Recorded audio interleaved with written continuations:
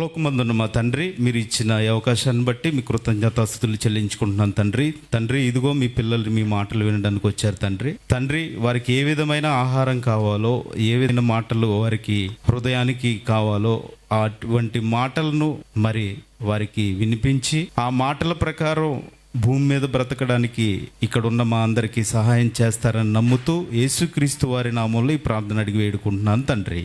ఆమేన్. Stage మీద ఉన్న పెద్దలకి, మరి ఏఐటీసీ తిరుమలాదేవి గారికి, అందరికీ, మరి సెక్రటరీ గారికి, అలాగే గండి మైసమ్మ కోఆర్డినేటర్ సురేష్ గారికి, రాంబాబు గారికి, ప్రతాప్ గారికి, మహేష్ గారికి, అశోక్ గారికి నా శుభాభివందనాలు తెలియజేస్తున్నాను. ఓకే, పాంప్లెట్ చూసారా? అందరూ చూసిన వాళ్ళన్నా చెప్పండి. ధర్మ విధిలో ధర్మ విరోధి. ధర్మ విధి అంటే ఏంటంటే ధర్మ విధి ఉందా? బైబిల్లో ఉందండి. ధర్మ విధి అనే పదం ఉందా? ఎందుకంటే ఇప్పుడు మీకు సహోదరులు అందరూ చెప్పారు కదా, 3 పాఠాలు చెప్పారు కదా. ఎలా చెప్పారు? బైబిల్లో ఉన్నవే చెప్పారు. నెక్స్ట్, బైబిల్లో ఉన్నవే సాతాను కూడా చూపెడతాడా? చూపిస్తాడు. ఇంతకీ మనకి ఎక్కువ తెలుసా బైబిల్? వాడికి ఎక్కువ తెలుసా? వాడికి ఎక్కువ తెలుసు. కానీ వాడినే ఎక్కువ నమ్ముతాం. అంతేనా? వాడినే ఎక్కువ నమ్ముతాం. ఎలా నమ్ముతామో, వాడెవడో, వాడు ఎలా ఉంటాడో ఈరోజు మీరు చూసేస్తారు కళ్ళారా. అంటే కళ్ళారా చూస్తారంటే మీ కళ్ళల్లో మెదిలిలాగా చెప్తాను చూడండి. ఇప్పుడు ఎలా మెదులుతాడు వాడు. ఓకేనా? రెడీ. ధర్మ విరోధి. ధర్మ విధిలో ధర్మ విరోధి అంట. ఉన్నాడా? విరోధి ఉన్నాడంటే ఉన్నాడా? ధర్మ విధి అంటే ఏంటి? ద్వితీయోపదేశ కాండం 5వ అధ్యాయము 31వ వచనం. ద్వితీయోపదేశ కాండము 5వ అధ్యాయము 31వ వచనం. నీవు నా యొద్ద నిలిచి ఉండుము, నీవు వారికి బోధింపవలసిన ధర్మమంతటిని, అనగా కట్టడలను, విధులను నేను నీతో చెప్పేదను. మళ్ళీ చదవండి. అర్థమైందా? అందరికీ అర్థమైందా? అర్థం కాలేదా? మళ్ళీ చదవండి. నీవు వారికి బోధింపవలసిన ధర్మమంతటిని అనరా? ధర్మమంతటిని అంటే ఇప్పుడు ధర్మం అంటే ఏంటో చెప్తున్నారు చూడండి. తర్వాత నెక్స్ట్, అనగా కట్టడలను, విధులను నేను నీతో చెప్పేస్తాను. అంతేనండి. ఇప్పుడు ధర్మం అంటే ఏంటి? కట్టడలు, విధులు. వచ్చేసింది, ఆన్సర్ వచ్చిందంటే. ధర్మం అంటే ఏంటి? దేవుని కట్టడలు, దేవుని విధులు. ఇంకొక మాట చూద్దాం, మనం కన్ఫర్మ్ చేసుకోవాలి కదా. ద్వితీయోపదేశ కాండం 7వ అధ్యాయం 11వ వచనం. ద్వితీయోపదేశ కాండం 7వ అధ్యాయం 11వ వచనం. కాబట్టి నేడు నేను నీకు ఆజ్ఞాపించు ధర్మము. ఏమన్నారంటే నేడు నేను నీకు ఆజ్ఞాపించు ధర్మము, అనగా విధులను, కట్టడలను మీరు అనుసరించి నడుచుకొనవలెను. ఇప్పుడు ధర్మం అంటే ఏంటి చెప్పండి? ఎవరివి? దేవుని కట్టడలు, దేవుని విధులు. ఓకేనా? ఇప్పుడు దేవుని కట్టడలు, దేవుని విధులే మనం పాటిస్తున్నామా? ఇప్పుడు కనిపిస్తాడండి మీకు ధర్మ విరోధి. అర్థమైపోయింది కదా మీకు? ఇప్పుడు దేవుని కట్టడలు, దేవుని విధులే పాటిస్తున్నామండి. ఇందుకీ ఇప్పుడు ధర్మ విధి అంటే ఏంటో తెలిసింది. ధర్మ విరోధి ఎవరో కూడా తెలియాలి కదా. ధర్మ విరోధి ఎవరు? అపవాది. అది మనం బైబిల్లో నుంచి చూసుకోవాలి. 2వ దశలోనికి రాసిన పత్రిక 2వ అధ్యాయం 3వ వచనం చదవండి. అందరూ చదవాలి, అందరూ తీయండి. మొదట భ్రష్టత్వము సంభవించి నాశన పాత్రుడగు, ఎవడంటాడు? మళ్ళీ చెప్పండి. నాశన పాత్రుడగు పాప పురుషుడు. వీడి పేరేంటి? మళ్ళీ పుట్టినోట్లో ఉంటా చూడండి. ధర్మ విరుద్ధ పురుషుడు. వీడి పేరు చెప్పండి. ఈ ధర్మ విరుద్ధ పురుషుడి పేరు చెప్పండి. మళ్ళీ పూర్తిగా చదవండి, మరి మీకు సగం వదిలేశారుగా. నాశన పాత్రుడగు పాప పురుషుడు. నాశన పాత్రుడగు పాప పురుషుడు. నాశనం అంటే ఏంటి? ఈడు నాశనం చెప్పిస్తారు కదండి. ఒక్కొక్కసారి మీరు కూడా ఎవరినొకరు తిడతా ఉంటారు కదా, ఈ నాశనం అయిపోవాలిగాక, ఈడు దిమ్మడా అని తిడతా ఉంటారు కదా. అవునా? జిమ్మ అంటే దిమ్మ. ఓకే, అదే వీడు నాశనం అయిపోవాలని కోరుకుంటూ ఉంటారు కదా. ఉంటారండి, లేరని అనుకోవద్దు. ఒకవేళ మీలో లేకపోయినా మంచోళ్ళు మీరే. బైబిల్ పట్టుకుని వచ్చిన తర్వాత ఆదివారం ఇంటికి వెళ్ళిన తర్వాత వాళ్ళ యొక్క క్యారెక్టర్స్ మీరు ఇంటికి వెళ్ళి చూసారనుకో, గిన్నెలు అవన్నీ బయటకు వస్తూ ఉంటాయి. తెలుసా మీకు ఈ విషయాలు తెలియదు చాలా మందికి. ఏంటంటే గిన్నెలు, చెంబులు, ఇంకా తర్వాత మనం కొద్దిగా గోడ దగ్గరికి వెళ్ళినాం అనుకోండి, ఇంకా అవి మనం చెప్పుకోలేము ఇక్కడ. ఓకేనా? అలాగా వీడు ఏంటంటే, వీడు పేరు చదవండి మళ్ళీ. వీడి పేరు నాశన పాత్రుడగు పాప పురుషుడంట. వీడి పేరే పాప పురుషుడు. వీడే పాప పురుషుడు. వీడెవడంట? ఇక్కడ ఏమని ఉంది, పుట్టినోట్లో ఏమని ఉంది చూడండి, ధర్మ విరుద్ధ పురుషుడు. ధర్మానికి విరోధ అంటే ఇక్కడ మీరు ఆలోచించినట్లయితే ధర్మ విరుద్ధ పురుషుడు అంటే ఎవరు? ఇంకా ధర్మ విరోధి. అంతేనండి. ఇప్పుడు నేను మీకు విరోధిగా ఉన్నాను అనుకో, మీ విరోధి ఎవరు? నేనే. అంతే కదండి. ఇప్పుడు దేవునికి ఈ దేవుని మాటల్లోకి మనం వెళ్ళి ఆలోచించగలిగితే ఈ ధర్మ విరోధే వీడే నాశన పాత్ర, పాప పురుషుడు అంటాడు. వీడి పాత్రే నాశనానికి సంబంధించింది. మీ పాత్ర ఏంటి? పక్క ఉన్న నాశనానికా? చెప్పండి. ఎవరి నాశనానికి? మీ నాశనానికా? ఎవరి నాశనానికి? అంటే ఎందుకు మాట్లాడుతున్నానంటే ప్రియులారా, ఇక్కడ ధర్మము యొక్క ఈ ధర్మ విధిలోకి ధర్మ విరోధి ఎంటర్ అయిపోయాడు. ఈ ధర్మ విరోధి లోనకు వచ్చేసాడు. ఈ నాశన పాత్రుడు ఉన్నాడు కదా, ఈ పాప పురుషుడు వచ్చేసాడు లోనికి. అయితే వీడిని చంపేది ఎవరు? యేసుక్రీస్తు వారు. చంపుతారా? బైబిల్లో ఉందా లేదండి? ఎక్కడుంది? చదవండి. అప్పుడు ఆ ధర్మ విరోధి అనేస్తున్నాడు చూడండి, వచ్చేసిందా మీకు? ధర్మ విరోధి, ధర్మ విధిలో ధర్మ విరోధి. అప్పుడు ఆ ధర్మ విరోధి బయలుపరచబడును. ప్రభువైన యేసు తన నోటి ఊపిరి చేత చంపేస్తారంట అండి. దేని చేత అండి? ఇప్పుడు మీ దగ్గరికి దెయ్యం వచ్చాడు, ఓకే అంటే మీరు దెయ్యం అంటారు కాబట్టి దెయ్యం అంటున్నానండి. సాతానుగాడు వచ్చాడు అనుకో, ఇప్పుడు మీరు కూడా క్రైస్తవులే కదా ఏమండి? మీరు కూడా పరిశుద్ధాత్మను పొందుకున్నారు కదా. మరి పరిశుద్ధాత్మను పొందుకున్న మీరు క్రైస్తవులుగా బ్రతుకుతున్నారు కదా. ఇప్పుడు మీరు ఊదితే వెళ్ళిపోతాడా? నాశనం అయిపోతాడా? మరి అదేంటంటే ఊదుతున్నారు కదా చాలా మంది. ఇదేనా అది? దేవుడు యేసుక్రీస్తు వారు ఊదితే నాశనం అయిపోతాడంటే ఎవడాడు? ధర్మ విరోధి, పాప పురుషుడు, నాశన పాత్రుడు. వీడు నాశనం అయిపోతారంటే ఎవరు ఊపిరితోటి? యేసుక్రీస్తు వారు ఊపిరితోటి. యేసుక్రీస్తు వారు ఊపిరితోటి వీడు నాశనం అయిపోతే, ఇలా నాశనం అయిపోయే వాడి పని ఎలా ఉందో తెలుసంటే, ఇలా నాశనం అయిపోయేవాడు పని ఎలా ఉందో తెలుసా? ఎలా ఉంది వీడి పని? ఏం చేస్తున్నాడు వీడు? ఒకసారి ఇప్పుడు మనం కూడా ఏం భూమి మీద ఎక్కువ కాలం ఉండవండి. ఎంతకాలం? అధిక బలం ఉంటే 70, 80, లేదంటే ఆవిరి 40 కూడా కాదు, ఆవిరి. అవునండి. కొత్త నిబంధనకు వచ్చిన తర్వాత మీరు ఆవిరి వంటి వారు అన్నాడు. అంటే ఇప్పుడు నేను కనిపించే ఈ టైంలో టప్మని రాలిపోవచ్చు, తెలియదు, అది మీరు చెప్పలేరు దాన్ని. అవునా కదా? అంటే ఇలా రాలిపోయే జీవితములో ఒకనాడు యేసుక్రీస్తు వారి చేత రాలిపోయే, ఆ ఊపిరి చేత రాలిపోయే వాడికి ఈరోజు మీరు ఏం చేస్తున్నారు? వాడి విధులలోకి వెళ్ళిపోయారు. వాడి విధులలో ఉన్నారు మీరు. ఎవడాడు? ధర్మ విరోధి. మనం ఏం నేర్చుకుంటున్నాం? ధర్మ విధి. ఏదో కాదండి, ఇదే బైబిలే. అవునా కదా? ఈ బైబిల్ అంతా ఏంటి? ధర్మ విధి. ఇందులోకి వచ్చేసాడండి వాడు. వచ్చాడా? ఎలా వచ్చాడు చూడండి. 1 యోహాను 2:18. చిన్న పిల్లలారా. ఏమంటే మనం చిన్నపిల్లవా? యోహాను గారు పత్రిక రాస్తున్నప్పుడు అక్కడ క్రీస్తు సంఘాలు ఏమన్నా చిన్నపిల్లలా? ఏమంటే కాదు కదా. మరి ఎందుకంటున్నారు అలాగా? ఎందుకంటున్నారంటే చిన్న పిల్లలారా అంటున్నాడంటే చాలా జాగ్రత్త నాయన, మీరు చిన్నపిల్లలు, ఇంకా చాలా తెలుసుకోవాలి, చాలా ఉంది. చిన్న పిల్లలారా, క్రీస్తు విరోధి వచ్చినని వింటిరి కదా. ఇప్పుడు అనేకులైన క్రీస్తు విరోధులు బయలుదేరి ఉన్నారు. ఎంతమంది అండి? ఏరి ప్రతాప్ గారా? మహేష్ గారా? ఏమండి? ఎవరు? నేనా? ఎలా కనిపెడతారు మీరు? ఎలా కనిపెడతారండి? నేను ఇదిగో ఇలా కనిపెడతానని మీలో ఎవరైనా చెప్పగలదురా? నేను పలానా ద్వారా కనిపెడతానని మీలో ఎవరైనా? స్టేజ్ మీద ఉన్నవాళ్ళు కాదండి, ఎవరైనా చేయగలదురా?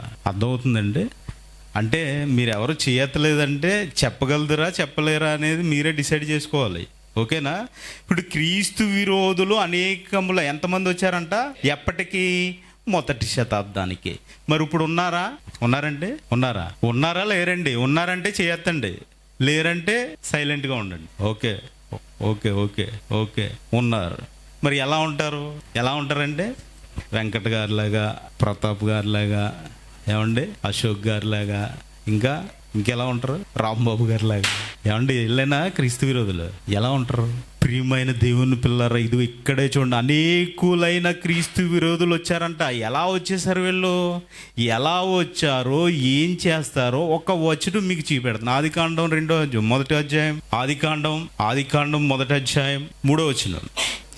దేవుడు వెలుగు కమ్మని పలుకగా వెలుగు కలిగెను, వెలుగు మంచిదైనట్టు దేవుడు చూచెను. దేవుడు వెలుగు చీకటిని వేరుపరిచెను. దేవుడు వెలుగునకు పగలనియు చీకటికి రాత్రనియు పేరు పెట్టెను. అస్తమయము ఉదయము కలగా ఒక దినమాయను. ఇది ఏ దినం అండి? మొదటి దినం. ఇప్పుడు మనోళ్ళు ఎలా చెప్తారు? మొదటి దినానికి దేవుడు కలుగంటే కలుగుతుంది, మనం స్విచ్ చేస్తే లైట్ వెలుగుతలేదా? ఆయన కలగజేయడానికి ఒక దినం అనేది ఎంత సెకండ్స్లో జరిగేది అని చెప్తున్నారు. మీకు ఫర్ ఎగ్జాంపుల్గా అడుగుతున్నాను, సూర్యుడు తన చుట్టూ తాను తిరగడానికి పట్టే కాలం ఎంత? ఓకేనా? భూమి తన చుట్టూ తను తిరగడానికి 24 hours. ఏమండి, ఈ వీటికే ఇంత టైం ఉంటే దేవుడు ఏదో స్విచ్ చేసినట్టు వెళ్తే వెలుగు వచ్చేద్దా? ఆలోచించాలి కదండి కొద్దిగా. ఇప్పుడు మన పూర్వీకులు చదువుకోలేదు అనుకోండి, మనం 10th క్లాసో 9th క్లాసో 8th క్లాసో చదువుకున్నాం కదండి. ఆలోచించాలి కదా. అంటే ఇది ఏ దినం? ఇది భూదినాలు కావు. ఇంకా మనిషి రాలేదు. 6వ దినాన్ని భూమి మీదకి వచ్చాడు, 6వ దినాన్ని భూమి మీద ప్రవేశించాడు. ఈ దినం లెక్క కట్టడానికి మనిషే లేడు. 6 దినాల తర్వాత 6వ దినాన్న మనిషిని తయారు చేశాడు దేవుడు. అంటే అవి ఏ దినాలు? అవి దేవుని దినాలు, దేవుడు సృష్టించిన దినాలు. అంటే ఎక్కడున్నాడు ఆయన? ఆయన భూమి ఏమిటంట? ఆయనకి పాదపీఠం. ఆకాశం సింహాసనం. అంటే సింహాసనంలో మీద కూర్చుని ఆయన చేస్తున్నాడు సూర్యుడిని, భూమిని, నక్షత్రాలని. ఆయన సింహాసనం మీద కూర్చుని చేస్తున్నప్పుడు ఆయనకి ఒక రోజు అంటే ఏమండి, ఇప్పుడు రత్నమణి గారు లేకపోతే శ్రీలతక్కయ్య గారు సంబంధించిన ఇల్లు అనుకోండి ఇది. ఇప్పుడు ఎవరన్నా ఇంటికి వచ్చి కలవాలంటే ఫస్ట్ ఎవరిని కలవాలి? వాళ్ళిద్దరిని కలవాలి. లేదు వాళ్ళ రిలేషన్ ఎవరో వాళ్ళ ఇంటి దగ్గరికి వెళ్ళి కలిశారనుకోండి, ఇక్కడికి వచ్చి వీళ్ళని విడిచిపెట్టేసి వీళ్ళని కలవాల్సి ఉండి వాళ్ళని కలిశారనుకోండి, ఇప్పుడు వీళ్ళు ఏమైనట్టు? లేనట్టే కదా, వీరు లేనట్టే కదండి. ఇప్పుడు మరి ఆదాము ఉండగా ఎందుకు అవ్వమ్మ దగ్గరికి వెళ్ళాడు? ఆదాము లేడా? అంటే మొట్టమొదట ఎవరి దగ్గరికి వెళ్ళాలి? ఆదాము దగ్గరికి. వెళ్ళాడా వెళ్ళలేదా? కొంతమంది వెళ్ళాడు అంటున్నారు, కొంతమంది వెళ్ళలేదండి. వెళ్ళలేదన్న వాళ్ళందరికీ ఈ రిఫరెన్స్ ఏంటి చెప్పండి? రిఫరెన్స్ తిమోతి పత్రిక 1 తిమోతి 2 13-14 చదవండి, క్లారిటీ వస్తుంది. మొదట ఆదామును తర్వాత హవ్వయును. మొదట ఎవరు నిర్మింపడ్డారండి? ఆదాము నిర్మింపడ్డాడు. సెకండ్ హవ్వ నిర్మింపడ్డారు. మరియు ఇక్కడ చాలా జాగ్రత్తగా చదవండి, ఎందుకంటే నేను నోటి మాటతో చెప్పట్లేదు, వాక్యాన్ని చూపిస్తున్నాను. ఆదాము మోసపరచబడలేదు కానీ, ఇప్పుడు ఆదాము మోసపరచబడలేదు కానీ అంటే ఫస్ట్ ఎవరి దగ్గరికి వెళ్ళాడు? అది అంటే ఇప్పుడు మొట్టమొదట ఎవరి దగ్గరికి వెళ్ళినట్టు? మరి ఎందుకు అవ్వ దగ్గరికి వెళ్ళింది అంటారు? అని చాలా మంది చెప్తారండి. ఇది అంటే ఏదో ఒకరికి సంబంధించింది కాదు, ఇద్దరికి సంబంధించింది కాదు. ఇలాగా ఏంటంటే ఇదిగో ఈరోజు బైబిల్ ఒక అధ్యాయం చదవగానే ఏం చేస్తాడంటే వాడు వస్తాడు, నాశన పాత్రుడగు ధర్మ విరోధి వస్తాడు. నీకు ఈరోజు రెస్ట్ లేదు కదా, నిద్రపో అంటాడు. అప్పుడు ఏం చదువుతాం? ఇక్కడ దాకా చదువుతాం మనం. ఎక్కడి వరకు? అవ్వమ్మ దగ్గర దాకా చదువుతాం, అక్కడ ఆగిపోతాం. ఫస్ట్ ఎవరి దగ్గరికి వచ్చింది? అవ్వమ్మ దగ్గరికే వచ్చింది. ఇంకా తర్వాత మ్యాటర్ అంతా లేదు. ఏమండి, ఆదికాండమును మత్తయి సువార్త చదువుతారు కానీ ఆదికాండం నుంచి మలాకీ గ్రంథం వరకు, మత్తయి సువార్త నుంచి ప్రకటన గ్రంథం వరకు కంటిన్యూగా చదవనన్న వాళ్ళు చేయొద్దండి. ఇక్కడ కాదు, లేరండి, ఒకసారి చదవరు అంతేనండి. అంటే ఏమవుతుందంటే ఇదిగో ఇవి ఎవడొచ్చాడు ఇక్కడ? ధర్మ విరోధి అంటాడు. మిమ్మల్ని ఏం చేయాలి? నాశనం చేసేయాలి అంతే ఆడి పని. మీకు ఇదివరకు ఏదో దెయ్యాలు పట్టి ఏదో పీడిస్తున్నాయి అన్నీ, అది వేరే విషయం అండి. ఇప్పుడు మీకు దెయ్యం ఎలా పట్టింది తెలుసా? మీరు బైబిల్ చదవట్లేదు అనుకోండి, మీకు ఏం పట్టినట్టు? బాగా ఒప్పుకున్నారండి, చాలా మంచోళ్ళు మీకు. ఓకేనా? అంటే మనకి ఏం పట్టినట్టు ఇప్పుడు అది. ఇప్పుడు దేన్ని వదలగొట్టాలంటే ఇదే భూత వైద్యశాల. ఓకేనా? ప్రతి ఆదివారం జరుగుతుంది, రండి. చదవండి అమ్మా, కిందకి చదవండి. ఏమంటున్నాడు? 14వ వచనం. మరియు ఆదాము మోసపరచబడలేదు గాని స్త్రీ మోసపరచబడి అపరాధంలో పడిపోయింది. ఏమంటే ఈరోజు కూడా మీరు వాక్యాన్ని అపార్థం చేసుకుని మోసపోతున్నారేమో. ఇదిగో వాక్యాన్ని అపార్థం చేసుకుని మోసపోతున్నారేమో. వాక్యాన్ని అర్థం చేసుకోకుండా మోసపోయేవారిగా ఉన్నారేమో. చూడండి, ఆలోచించండి. జాగ్రత్త జాగ్రత్త జాగ్రత్త అండి. అంటే ఇలాగ ధర్మ విరోధి ఎంటర్ అవుతాడా? ధర్మ విరోధి ఎంటర్ అవుతాడా? ఇంకో విషయం చూసుకుందామా, ముగించేసుకుందామా, చూద్దామా? ఓకే, మార్కు సువార్త 16వ అధ్యాయం. మార్కు సువార్త 16వ అధ్యాయం. అది పాయిజన్ తెచ్చారు కదండి రాంబాబు గారు, తెచ్చారా? మన వాళ్ళందరికీ ఇద్దాం ఇప్పుడు. ఓకే, మార్కు సువార్త 16వ అధ్యాయం తీయండి. 16వ అధ్యాయం 16వ వచనం నుంచి చదవండి. నమ్మి బాప్తిసం పొందినవాడు ఏంటి? నమ్మారా మీరు? నేను యేసుక్రీస్తు వారిని నమ్మాను అనేవారు మాత్రమే చేయొద్దండి. నేను యేసుక్రీస్తు వారిని నమ్మాను అనేవారు మాత్రమే. అర్థం కాలేదండి నా మాట? నేను యేసుక్రీస్తు వారిని మాత్రమే నమ్మాను అనేవారు మాత్రమే. Okay, very good, very good. Okay, చదవండి అమ్మా. నమ్మి బాప్తిసం పొందినవాడు అంటే మీరు నమ్మే కదా బాప్తిసం తీసుకున్నారు? నమ్మేనా? నమ్మకుండా ఏమైనా తీసుకున్నారా? నమ్మని వాళ్ళు చేయొద్దండి. ఇంకా నమ్మలేదని అన్నా? ఓకే, ఇప్పుడు చదవండి, నీకు వర్తించదు ఇది. ఓకే, నమ్మి బాప్తిసం పొందినవాడు రక్షింపబడును, నమ్మని వానికి శిక్ష విధింపబడును. నమ్మిన వారి వలన ఏ సూచక్రియలు? ఏంటంటే నా నామమున ఏవండి ఆగండి. ఇప్పుడు చెయ్యెత్తిన వాళ్ళు మళ్ళీ చేయొద్దండి. యేసుక్రీస్తునే నమ్మని అన్నారు కదా. మీరు ఎన్ని దెయ్యాలను వెళ్ళగొట్టారు? అవునండి, నమ్మారా? నమ్మలేదా? నమ్మారు. నమ్మినప్పుడు మీరు ఎన్ని దెయ్యాలను వెళ్ళగొట్టారు? ప్రశ్న ఎన్నండి? లేదా? ఓకే, ఇందులో ఫెయిల్ అయిపోయారు మీరు. నెక్స్ట్ ఇంకోటి కింద ఇంకేమంటున్నారు? క్రొత్త భాషలు మాట్లాడుదురు. ఏమంటే మాట్లాడారా? కొత్త భాషలు. మీ పక్కన వాళ్ళకి అర్థమవుద్దా మీరు మాట్లాడింది? ఆలోచించండి, చాలా ఇంపార్టెంట్ ఇది. ఎందుకంటే ఇప్పుడు మీకు ఎవరిని చూపెడుతున్నారు ఇక్కడ? ధర్మ విరోధి, నాశన పాత్రుని చూపెడుతున్నాను. ఓకేనా? ఇప్పుడు ఇంకా నెక్స్ట్ ఇంకేమంటున్నారంటే పాములను ఎత్తుపట్టుకుందురు. ఏమంటే ఎన్ని తెచ్చారు పాములు? రాంబాబు గారు ఎన్ని వచ్చినాయి? ఎంతమంది ఎత్తారు? చేతులు ఎత్తండి, మీ అందరికి పాములు ఇవ్వబడతాయి ఇప్పుడు. ఓకేనా? నెక్స్ట్ ఇంకా తీసుకొచ్చేయండి. ఇప్పుడు మీకు విషం ఇవ్వబడుతుందండి, మీరు విషం తాగేయాలి. తాగుతారా? తాగేస్తారా? తాగితే మీరు ఆత్మహత్య చేసుకున్నట్టు, అది పాపమే. తాగకపోయినా మీరు యేసుక్రీస్తు వారి మాట విన్న విధి కావాలి కదా, ధర్మ విధిని పాటించాలి కదా. ధర్మ విధిని పాటించినట్టు అంటే రెండూ పాపమే. ఇప్పుడు ఏ పాపానికి ఒడిగడతారు మీరు? అర్థమైందా నేను అనేమాట? తాగినా పాపమే, తాగకపోయినా పాపమే. ఏ పాపం చేస్తారు? బాగుందండి ప్రశ్న, అదిరిపోయింది కదా. రెండు పాపాలే. తాగితే పాపం మీరు, ఎందుకంటే యేసుక్రీస్తు వారి మాట ప్రకారం యోధా వీళ్ళందరూ ఇస్కరియోతు చనిపోయాడు కదా, అలా ఉరి పెట్టుకోకూడదు, విషం తాగకూడదు మనం. సూసైడ్ అనేది పాపం, ఇది పాపమే. ఒకవేళ తాగకపోతే పాపం. విధిని పాటించట్లేదు కదా. బైబిల్లోనే కదా ఉందండి, ఎక్కడన్నా ఉందా? బైబిల్లోనే కదా ఉంది. అంటే ఇప్పుడు ఇది ఏంటి? బైబిల్లో ఉందా లేదండి? ఉంది. చదవండి మళ్ళీ, ఇప్పుడు మళ్ళీ కంటిన్యూ చేయండి. పాములను ఎత్తుపట్టుకుంటారంట. మరణకరమైనది అంటే విషం పాయిజన్ ఏది తాగినను అది వారికి హాని చెయ్యదు. ఎందుకంటే మీరు ఇంట్లో ఉన్న పినాయిల్ తాగి చచ్చిపోతారు. ఇప్పుడు తాగండి. మరణకరమైనది ఏదైనా అన్నారా? అంటే ఏది తాగినా, మరణకరమైనది ఏది తాగినా మీరు ఏమవుతారు? చచ్చిపోతారు. హాని చేయదు అన్నాడు కదా, మరి హాని ఎందుకు అవుతుంది? ఏమంటే క్రైస్తవులు చనిపోవట్లేదా? క్రైస్తవులు పిల్లలు చనిపోవట్లేదా? ఏమంటే క్రైస్తవులు ఊరేసుకుని చనిపోవట్లేదా? క్రైస్తవులు మందు తాగి చనిపోవట్లేదా? వాళ్ళందరూ క్రైస్తవులు పిల్లలు కదా, క్రైస్తవులు కదా, చర్చిలకి వెళ్ళట్లేదండి. మరి ఎందుకు చనిపోతున్నారు? ఎందుకండి మీరు పాస్టర్ గారిని పిలిచి, అండి ఇదిగో పాయిజన్ ఉండని, ఈరోజు పాయిజన్ తయారు చేసిన నా స్వహస్తాలతోటి, ఇది తాగండి అయ్యగారు అని ఇవ్వండి మీరు. అదేనండి. అంటే బైబిల్ అర్థమవుతుందా? క్రైస్తవుడికి అర్థం కావట్లేదు. మరి ఏం చేస్తున్నాడు?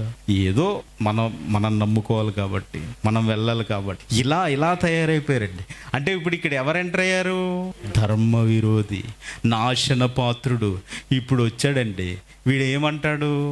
ఒకడు వచ్చాడండి ఒకరోజు, అహ్మద్ దేదాద్ అని పిడి సుందర్రావు గారు ఓడించాడు. ఇదిగో టేక్ ఇట్ పాయిజన్, నీ బైబిల్లోనే కదా ఉంది, తాగో చావు, ఇలాగ అన్నాడంట. అండి ఎలా చనిపోతారు? ఎవరి గురించి చెప్పబడింది? అది ఎందుకు చెప్పబడింది? ఎవరు మాట్లాడుతున్నారు? ఎందుకు మాట్లాడుతున్నారు? ఏం పరిశీలించరా? ఇప్పుడు అదే పరిశీలించారు. ఇదిగో వీళ్ళు ముగ్గురు ఉన్నారు కదా, పరిశీలించి మీ దగ్గరికి తీసుకుని వచ్చారు. ఏది పడితే అది మాట్లాడకూడదండి, ఇష్టం వచ్చినట్టు మాట్లాడకూడదు, పరిశీలించాలి. ఈరోజు ఏమీ పరిశీలించకుండా నేను మాట్లాడేస్తానంటే అది జరుగుతుంది కండి. యూట్యూబ్లో పోరు గురించి మీకు అందరికీ తెలిసిందే. ఏమంటే బైబిల్లో ఉన్న వచనాలని వక్రీకరణ చేసేస్తూ ఉంటే ఎలా? అంటే మనం విన్నవాళ్ళం ఇంకా అంతేనా? ఇలాగే ఉండాలా? వాడిది కరెక్టా, వీడిది కరెక్టా? ఇంకా ఎన్నాళ్ళండి జీవితాలు మనకి? చదువుకోమా? చదవరా? ఓపెన్ చేయరా బైబిల్? ఎన్నాళ్ళు ఇలా ఉండిపోతాం? ఆలోచించిన ప్రియులారా. అందుకని ఏమంటున్నాడు మరి, ఇవన్నీ ఎవరికి? ఎవరున్నారు ఇక్కడ? ఎవరున్నారండి? శిష్యులు ఉన్నారు. ఎంతమంది? 11 మంది. ఈ 11 మందికి ఏమీ అవ్వదు. మరి నమ్మి బాప్తిసం పొందినవాడు అన్నాడు కదా, ఆ కాంటెస్ట్ వేరు, ఈ కాంటెస్ట్ వేరు. అంటే ఇప్పుడు వీరికి ఏం చెప్తున్నారు? ఎప్పుడు వరకు జరుగుతాయి కిందకి చెప్తారు చూడండి, చదవండి, కంటిన్యూ చేయండి. 19వ వచనం. ఇలాగు ప్రభువు అయిన యేసు వారితో మాట్లాడిన తరువాత పరలోకమునకు చేర్చుకొనబడి వెళ్ళిపోయారు. ఎవరు? యేసయ్య చనిపోయారు, సమాధి చేయబడ్డారు, తిరిగి లేపబడ్డారు. ఆయన వెళ్ళిపోయారు. ఎక్కడికి? ఆ దేవుని కుడి పార్శ్వమున కూర్చున్నాడు. ఆయన నిలబడ్డాడు. స్టెఫన్ గారు చనిపోయినప్పుడు ఆయన చూస్తాడు కదండి, ఇదిగో దేవుని కుడి పార్శ్వాన్ని నిలబడినట్టు చూస్తాడు కదా. అంటే అప్పటికే ఈయన వెళ్ళిపోయాడు. ఎవరికి చెప్పి? శిష్యులకి చెప్పి, బాబు ఈ ఎప్పుడు వరకు జరుగుతాయంటే నాయన అన్నట్టు ఉంటా. చూడండి కింద 20వ వచనం చదవండి. వారు బయలుదేరి వాక్యమంతటా ప్రకటించిరి. ప్రభు వారికి సహకారుడై ఉండి వెనువెంట జరుగుచూ వచ్చిన సూచక్రియల వలన వాక్యము స్థిరపరుచుచుండెను అన్నారా? ఏమన్నారంటే ఇప్పుడు వాక్యం స్థిరపరచడానికి సూచక్రియలు చేయమన్నట్లేదంటే, అంతేనా? వాక్యం స్థిరపరుస్తున్నారంటే ఈ సూచక్రియలు ఎందుకు చేస్తున్నట్టు? వాక్యం స్థిరపరచడానికి, అంతే కదండి. ఇప్పుడు మీకు భోజనాలు ఎట్టాలంటే వంట చేయాలి, మిమ్మల్ని అందరినీ పిలవాలంటే ఓ పాంప్లెట్ తయారు చేయాలి, ఫోన్లు చేయాలి, కాల్ చేయాలి, ఇవన్నీ ముందు పని ఉంటుంది. అంటే వాక్యం స్థిరపరచడానికి ఏం చేస్తున్నారు? ఇక్కడ సూచక్రియలు చేస్తున్నారు, అద్భుతాలు చేస్తున్నారు, ఇవన్నీ చేస్తున్నారు. ఇప్పుడు వాక్యం స్థిరపడిపోయింది అనుకోండి, ఇవన్నీ అవసరమా? పాములను ఎత్తిపట్టుకోవడం అవసరమా? విషం తాగడం అవసరమా? ఏదీ లేదు. ఇప్పుడు వాక్యం స్థిరపడిపోతే ఇవి అవసరం లేదు, అంతేనా? ఈజీ అండి, అర్థం చేసుకోవడం చాలా ఈజీ. మీరు ఒక్కసారి మనసు పెట్టి ఇప్పుడే ఆలోచించండి. చూడండి, చాలా జాగ్రత్తగా చూడండి. అక్కడ ఏమంటున్నారు? మళ్ళీ చదవండి 20వ వచనం. వారు బయలుదేరి వాక్యం అంతటా ప్రకటించిరి. ప్రభు వారికి సహకారుడై ఉండి, మళ్ళీ ఎవరున్నారంట వీళ్ళకి సహాయం? ప్రభువే. ప్రభు వారికి సహకారుడై ఉండి వెనువెంట జరుగుచూ వచ్చిన సూచక్రియల వలన, దేని వలన స్థిరపరుస్తున్నారంటే సూచక క్రియల వలన వాక్యం స్థిరపడు. ఇప్పుడు వాక్యం స్థిరపడలేదంటే మనం విషం తాగొచ్చు, అంతే. పాయిజన్ రెడీగా ఉంది, కంగారు ఏం పడొద్దు. విషం తాగొచ్చు, పాములను ఎత్తి పట్టుకోవచ్చు, ఇంకా దెయ్యాలను వెళ్ళగొట్టచ్చు, ఇవన్నీ చేయొచ్చు. ఇవి కొత్త భాషలు కూడా మాట్లాడవచ్చు. ఓకే, అంటే ఇలా కొత్త భాషలు కూడా మాట్లాడవచ్చు. ఇప్పుడు ఇవి వాక్యం స్థిరపడిపోతే ఆగిపోయినట్టు. కన్ఫామా మీ అందరికీ? ఇది నమ్ముతాను అనేవాళ్ళు చేయొద్దండి. అయితే ముగించేసుకుందాం, ముగింపు ప్రార్థన చేసేస్తాను. మరి అర్థం కాలేదంటే మళ్ళీ 20వ వచనం మళ్ళీ చదవండి. 20వ వచనం మళ్ళీ చదవండి. వారు బయలుదేరి వాక్యమంతటా ప్రకటించిరి. ప్రకటించారా? ప్రకటించలేదా? ప్రకటించారు. నెక్స్ట్, ప్రభు వారికి సహకారుడై ఉండి వెనువెంట జరుగుచూ వచ్చిన, ఇక్కడ ఆగండి, వెనువెంట జరుగుచూ వచ్చిన సూచక్రియల వలన అని ఉందా లేదండి? అంటే సూచక్రియల వలన అంటే ఏంటి? సూచక్రియల వలన, ఇదిగో రత్నం గారి వలన అన్నాను అనుకోండి, ఏంటి అది? రత్నం గారు ఉండబట్టి అని. ఇప్పుడు సూచక్రియ వలన అంటే సూచక్రియ ఉందని. ఈ సూచక్రియ ఎందుకు ఉందంట? అది అంటే వాక్యం స్థిరపరచడానికి ఏముంది? సూచక్రియ ఉంది. వాక్యం స్థిరపడిపోతే ఏముండదు. అర్థమైందండి? ఇప్పుడు చేయొద్దండి. Okay, very good. వాక్యం స్థిరపడితే సూచక్రియ ఉండదు, అంతేనా? వాక్యం స్థిరపడకపోతే సూచక్రియ ఉంటుంది. ఇప్పుడు వాక్యం స్థిరపడిందా, స్థిరపడలేదా? ఎలా? హెబ్రీ పత్రిక 2వ అధ్యాయం 2వ వచనం. ఎందుకనగా అందరు తీయండి. హెబ్రీ పత్రిక హెబ్రీ పత్రిక 2వ అధ్యాయం 2వ వచనం. ఎందుకనగా దేవదూతల ద్వారా పలుకబడిన వాక్యము స్థిరపరచబడినందున. ఎలా అండి? స్థిరపరిచిందా? స్థిరపడలేదా? స్థిరపడింది. ఇంకొకటి ప్రకటన గ్రంథం 22వ అధ్యాయం చివరి మాటలు చూడండి. ప్రకటన గ్రంథం 18-19 వచనాలు.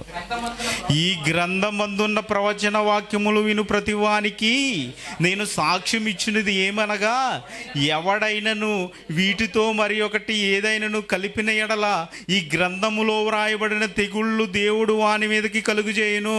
ఇందాక కలిపేశారండి. ఫస్ట్ అవ్వమ్మ దగ్గర కలిపారా? ఏం కలిపారు? మొదట. ఎవరు గమనించరండి, ఎవరికి పట్టదు అది. అంటే కలిపినది తీసివేసింది కూడా మీరు గమనించగలగాలి. ఏది తీసేస్తున్నాడు, ఏది కలుపుతున్నాడు. వీడే ధర్మ విరోధి. చదవండి ఇప్పుడు. ఇంకా ఏమంటున్నారు? ఎవడైనా ఈ ప్రవచన గ్రంథమందున్న వాక్యములో ఏదైనా తీసివేసిన ఎడల దేవుడు ఈ గ్రంథములో వ్రాయబడిన జీవవృక్షములోను పరిశుద్ధ పట్టణములోను వానికి పాలు లేకుండా చెయ్యును. అంటే వాక్యం ఏమైంది? స్థిరపడింది. ఇప్పుడు సూచిక్రియ ఉందా? విషం తాగొచ్చండి, అయిపోయింది. ఏమంటే ఇంత సులువుగా బైబిల్ అర్థమవుతుంటే నాకు అర్థం కావట్లేదు, నాకు తెలియట్లేదు. వాళ్ళు ఏం చేస్తున్నారు? కలిపి చెరిపేస్తున్నారు. ఎదివరకు యేసుక్రీస్తు వారు సూచక్రియలు చేశారు కదా, దెయ్యాలను వెళ్ళగొట్టారు కదా. మరి యేసుక్రీస్తు వారు బ్రతికినట్టు నువ్వు బ్రతుకుతున్నావా? యేసుక్రీస్తు వారు బ్రతుకున్నట్టు మీరు యేసుక్రీస్తు వారు ఇదిగో ఊదితే అపవాది నాశనం అంతమైపోద్దంట. నువ్వు ఊదితే అవుతుందా? యేసు చెప్పినట్టు చేయాలి కదండి. ఆయన చెప్పినట్టు మనం వినాలి కదా. ఇప్పుడు నన్ను దేవుడే చూసుకుంటారని విషయం తాగేస్తే అర్థమవుతుందండి. వాక్యాన్ని వాక్యంలాగా తీసుకోవాలి. ఈ మాటలు ఎందుకు చెప్తున్నానంటే ప్రియులారా, ఇదిగో వాక్యం దగ్గరికి రావాలి, వాక్యాన్ని చదువుకోవాలి, వాక్యాన్ని నేర్చుకోవాలి. ఇలా ఎప్పుడైతే నేర్చుకుంటారో ఇలా నేర్చుకుని ఇదిగో ఆ వాక్యాన్ని ఎప్పుడైతే మీ బ్రతుకులో చూపిస్తున్నారో అప్పుడే దేవునికి నచ్చుతారు. ఏదో వాక్యం మనం వినాలి, వెళ్ళాలి, వచ్చేయాలంటే అవ్వదంటే. ఎవరు పడితే ఏది చెప్తే అంటే మీరు పరిశీలించేవారుగా ఉండాలి. నేను ఏం చెప్తున్నానంటే, మీరు ఒక సినిమా చూసారు, ఆ సినిమాని నేను చెప్తున్నాను అనుకోండి, మీరు కూడా చూస్తే వీడు చెప్పేది కరెక్టా కాదా అని తెలుస్తుంది. అంతేనా కదండి? ఇప్పుడు మీరు చూడలేదనుకో, నేను ఏది చెప్తే అదే నమ్ముతారు.